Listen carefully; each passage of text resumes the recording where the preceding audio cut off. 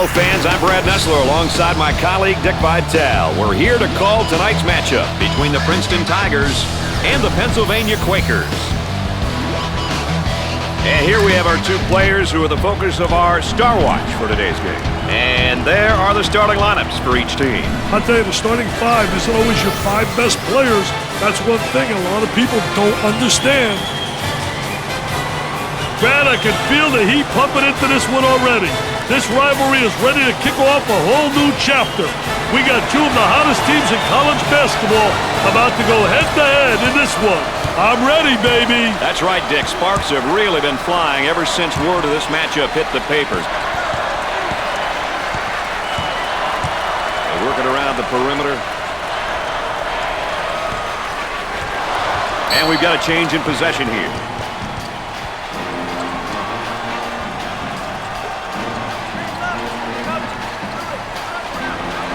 The Quakers set up in their zone motion. Turnaround jumper. Jumper didn't look pretty, I can tell you that. That baby was ugly. And Dick, here's a look at how each team fares in their respective conferences. You want to be at the top of this list, Brad. Every team wants to be the top of their conference. Small makes his debut into the game. I'll tell you, this kid comes in with fire, Brad. He really knows how to bring it. Running that Princeton offense here. I'll tell you, their stuff is absolutely dynamic. It is unbelievable. And has it rejected. Defense did a great job with that block shot. Into their zone motion now. Cross court. For the bucket. Drains the shot. When you can pass and score like he does, it makes a coach's job a little bit easier, wouldn't you say, Dick? What's great about him is his ability to pass and score. It's a skill that not enough guards have. As a coach, you love having this. And the block. Cotton handles the pass.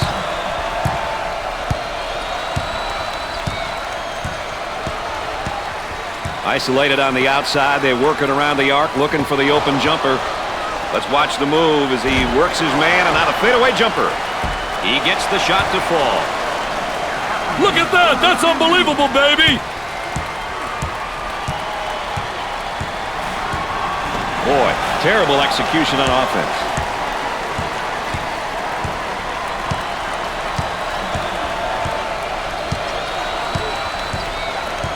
Cross court.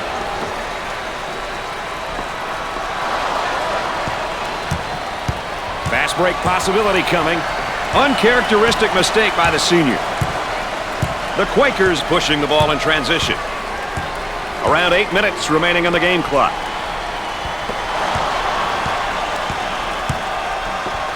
Inside. Here they go into the break. Goes up for two. Comes up short.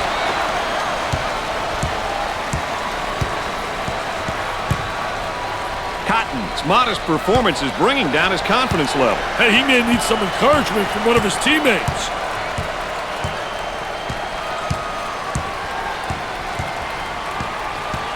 Cross court.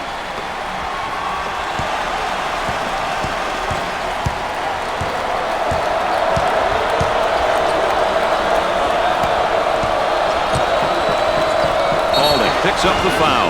First personal foul. Well, I don't know if there's such a thing as a good foul, but that might have been one right there, Dick. Hey, Mr. Nessler, I like that type of play. He's saying to the defense, no easy baskets for you. We're going to force you to make shots. Here's another solid junior, Dick. You can never have enough leadership on your roster. If you're a coach who's lucky enough to have a couple of upperclassmen, you're definitely at an advantage.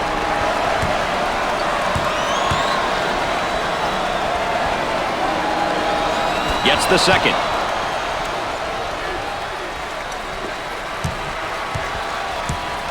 And they go into their motion offense, working with 4 around 1 here. Well, you know, the key, as you said, Brad, is motion. You have to have good movement on the perimeter to set up the guy on the inside, and everything's keyed about the entry to the post player. When he gets the ball, you can run backdoor cuts, you can run screens, you can run back screens, you can do a lot of things on the perimeter, get open layups off the key, getting the ball to the big guy on the interior. They've got a player spotting up on the 3.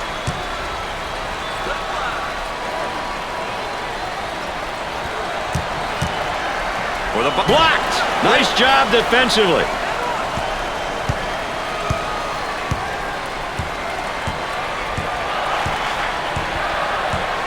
Looking for a good shot.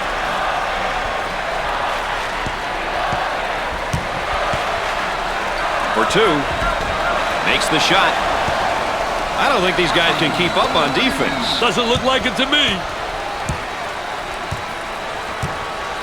Looking to move it around the perimeter.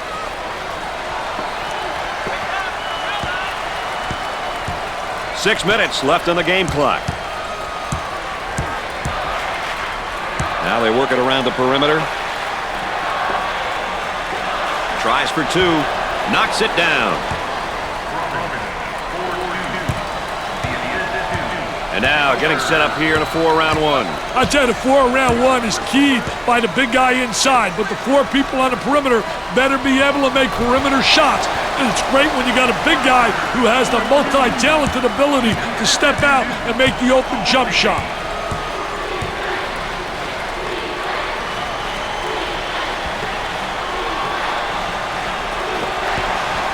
Goes up for two. Makes it.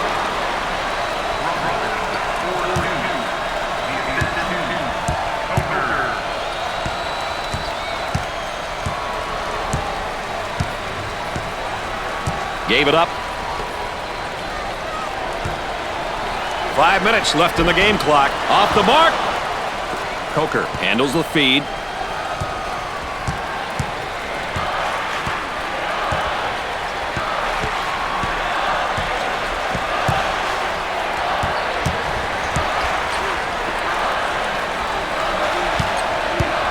He shoots from the top of the key. Nails the jumper.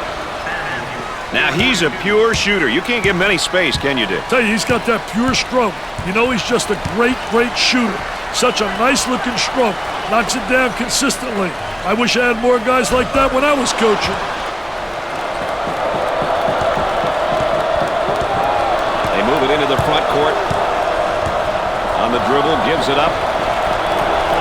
For the bucket. Scorches the net. The Tigers are getting some great opportunities to score when they get the ball in the high post. They got into one of the most valuable parts of the court, Mr. Nessler. The high post is a gold mine if you can make the right decisions with the ball. For two. Tries for two. There was no doubt about that one. These rivalry games are always exciting, even more so when the score is as close as this one is. Well, that's what you're going to see here tonight. It's going to be tightly contested. It's going to be physical, and you're going to see these kids really compete at a high level.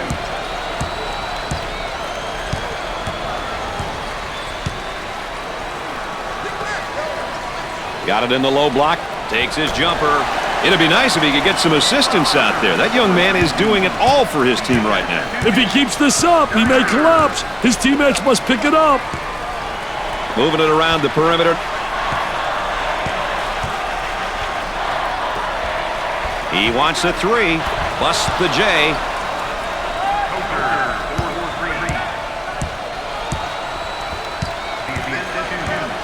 Three minutes left in the game clock. Gave it up.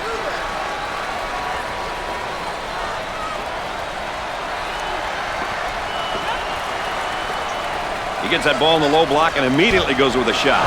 Hey, when are these guys going to be able to make a shot?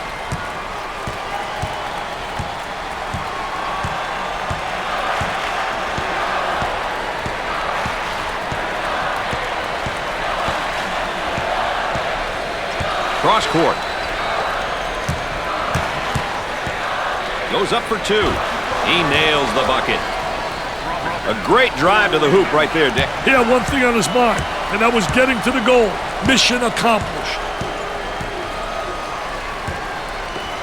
They'll work it around the arc. Ball down low, puts it on the floor. It's around fadeaway.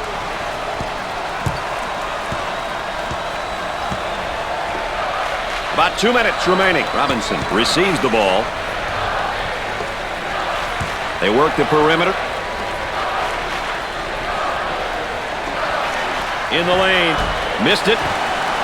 The Quakers will play up-tempo at one end and in the half court at the other end. Wouldn't you agree, Dick? They feel they are more successful when they focus their attention on doing a bit of both, Brad. They have the personnel to be able to play up-tempo at one end and play in the half court at the other. Bust the jumper.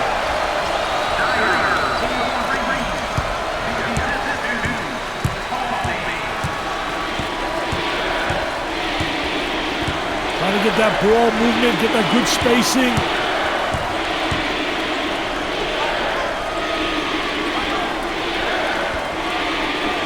Steal.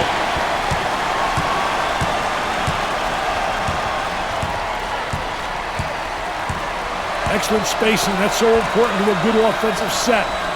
It's even more important to have talented guards like they have. Yeah, that helps. Opportunity for 2 for 1. For the bucket. He hits it. Dick, they're really running their offense through the high post right now. They got the ball into the high post, and the defense couldn't react on time, Brad. Flowers handles the feed. On the outside. Arm and foul. Well, he commits an intentional foul there to prevent the easy basket. Well, it's a smart play, Brad, especially if you can afford to use a personal foul. I like his mentality. No easy basket. You know, with him in the lineup, they've got one of the toughest things to get in sports. Experience. But remember, Brad, experience doesn't always come from being on the court. It comes in many different ways.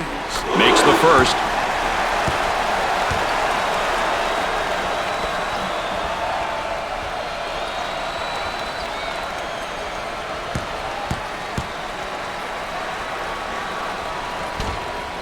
And he got them both.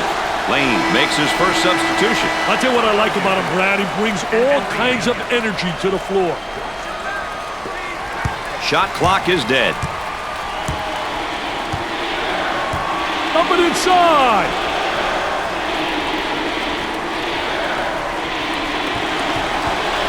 Puts up the tray. In and out. What a terrific play, though, to tip that ball back. The awareness, the basketball IQ.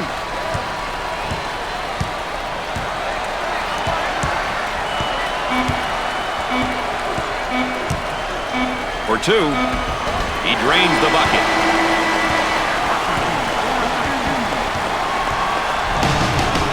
At the half, the Quakers are ahead by 2. Pennsylvania is showing some deadly accuracy from the field in the first half. Hey, for sure, Brad, this kind of accuracy can easily be carried over to the second half if they continue to be patient with the rock. Patience and poise usually equals points.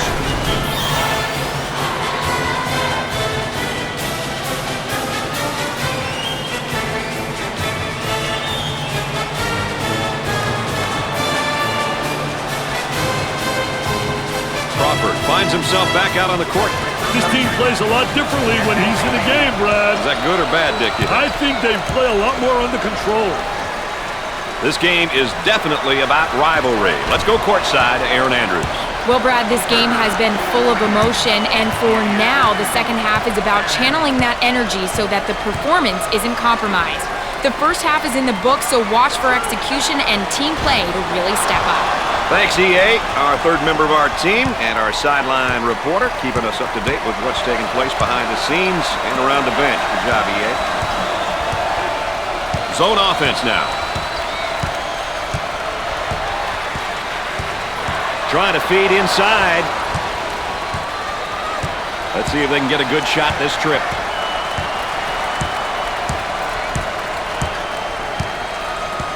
Coker receives the ball.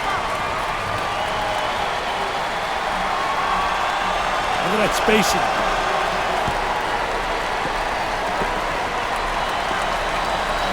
A whistle and a foul. Coach not happy on the sideline. Oh, it looked like he had an easy basket coming up, but the defense commits the foul instead. Great play there, Brad. He was able to foul him in order to prevent the easy basket.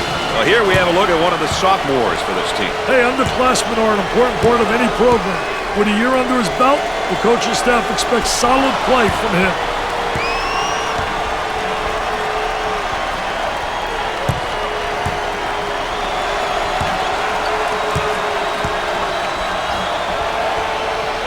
Got them both. Oh, he drained it. Nothing but nylon, MBN. He may be in some trouble here. And they go into their motion offense, working with 4 around 1 here. I tell you, the 4 around 1 makes it tough to defend the big guy on the interior with 1 guy. It really does. You got to get help on him, and if you don't get help, he's going to have a field day on the interior.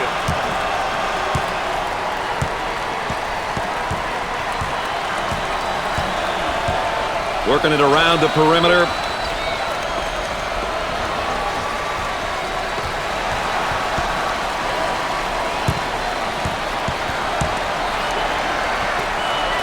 Look at that student body. They are going mad.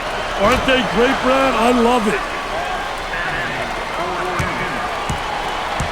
And now getting set up here in a 4 around 1. Well, you know, the key to this offense, you better have a big guy on the inside who can be effective, and then a big guy who has versatility, who can step out. And they certainly have the elements to make this offense work.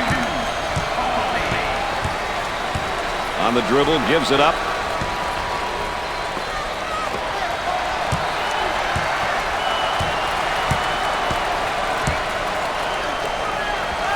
There's a nice block from behind, Dick. Yeah, that's good timing for the defense.